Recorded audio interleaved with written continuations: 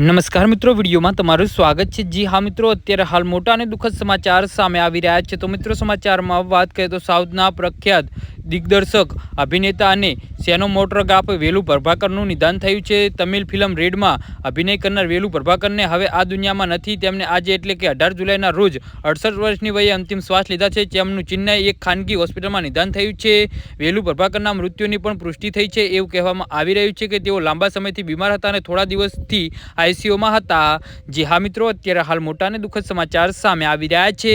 તેમના મૃતદેહને શનિવારે સાંજથી રવિવારે બપોર સુધી ચેન્નઈના વલસરાવકમાં ખાતે જાહેર શ્રદ્ધાંજલિ માટે રાખવામાં આવશે। આ સમાચાર આવ્યા ત્યારથી જ ફિલ્મ ઇન્ડસ્ટ્રીમાં વેલુ પ્રભાકરના મૃત્યુનો શોક છવાઈ ગયો છે। તેમના અંતિમ સંસ્કાર રવિવારે સાંજે પોરૂર સ્મશાન ગૃહમાં તેમના નજીકના પરિવાર અને મિત્રોની હાજરીમાં કરવામાં આવશે। જી હા મિત્રો, અત્યારે હાલ મોટા અને દુઃખદ સમાચાર સામે આવી રહ્યા છે।